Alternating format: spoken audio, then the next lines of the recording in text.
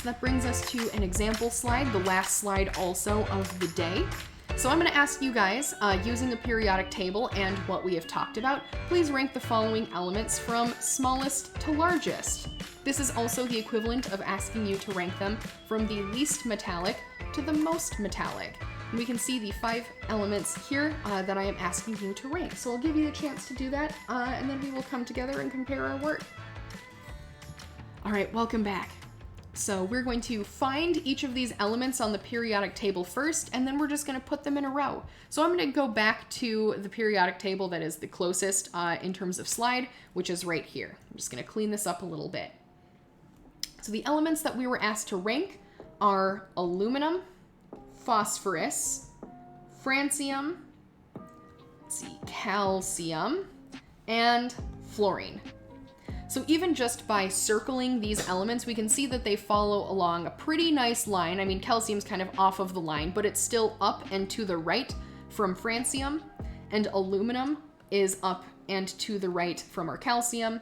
Phosphorus is immediately to the right, and fluorine is up and to the right from our phosphorus. So we can see here that everything is pretty straightforwardly arranged. As we go up and as we go to the right, we are decreasing in our size and we are decreasing the metallic character.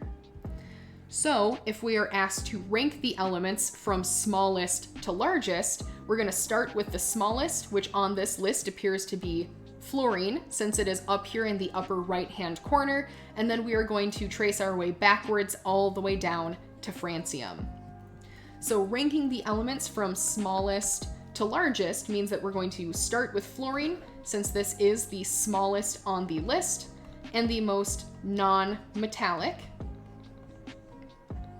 There we go. Next up was phosphorus. Aluminum was to the left of that. Calcium was to the left and down from that. And francium is going to be the largest and the most metallic on all of the, or of all of the elements that we have looked at here on the periodic table.